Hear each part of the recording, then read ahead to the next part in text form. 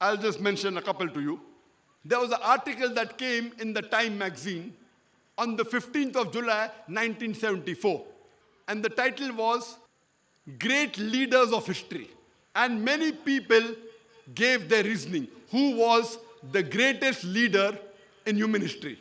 Historians gave their views, writers gave, military men gave, businessmen gave, many people gave. One person, he gave his reasoning. His name was Jules Masserman.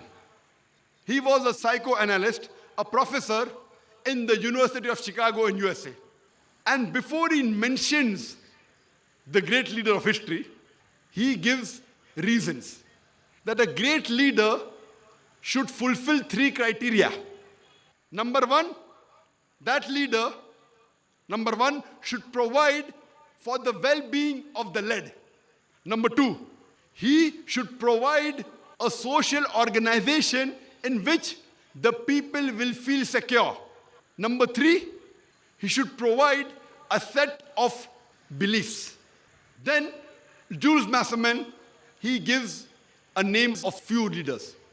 He says that Pasteur and Salk were great leaders in the first sense. Gandhi and Confucius on one hand, and Alexander, Caesar, and Hitler on the other hand were leaders in the second sense. Some maybe also in the third sense. Jesus and Buddha were only leaders in the third sense. But the greatest leader of humankind, which fulfilled all 3 senses, was Muhammad, peace be upon him. And Moses to a lesser extent. Jules Masserman, a psychoanalyst from the University of Chicago, USA, he says that Pasteur and Salk, maybe first category they fulfilled. They were leaders who provided the well-being of the led. Gandhi and Confucius on one hand, and Alexander, Caesar, and Hitler on the other hand, they were of the second sense. That means they gave a social organization in which the people felt secure, and some extent maybe second, some set of beliefs they gave. Jesus and Buddha, he says, only in the third sense, they gave a set of beliefs. But the greatest leader who fulfills in all 3 categories, according to Jules Masserman, provides the well-being of the led, provides a social organization which people feel secure, provide a set of beliefs, is Prophet Muhammad, peace be upon him. And Moses to a lesser extent, maybe I believe, maybe I think so. Jules Masserman was a Jew, so he put Moses also. And fulfilling Deuteronomy chapter 18, verse number 18, that Prophet Muhammad, peace be upon him, is like Moses, peace be upon him, and Jesus, peace be upon him, is unlike Moses, peace be upon him. There was a book written by a famous historian by the name of Michael H. Hart. The topic of that book was 100 most influential persons in history, right from Adam, peace be upon him, till the time the book was written a few years back. And number 1, Michael H. Hart is not a Muslim, maybe a Jew or a Christian. He puts number 1, the most influential human being in the world. He places Prophet Muhammad sallallahu alaihi wasallam. Jesus, number 3. And he says Jesus and Moses, their influence put together is nowhere compared to Prophet Muhammad, peace be upon him, alone.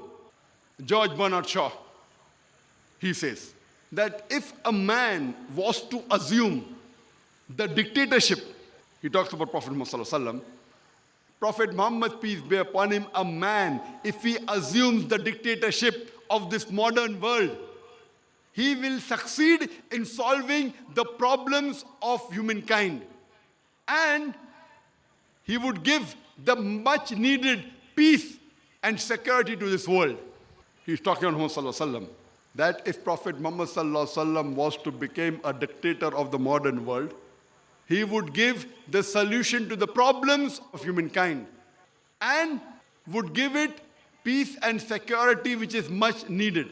Allah says in the Quran, in Surah Aqaf, chapter number 46, verse number 10, say, if this book the glorious Quran, is from Almighty God, Allah subhanahu wa ta'ala, and you reject it after a messenger from the Bani Israel, from the children of Israel, testifies to it, he believes in it, and you are arrogant, you are unjust.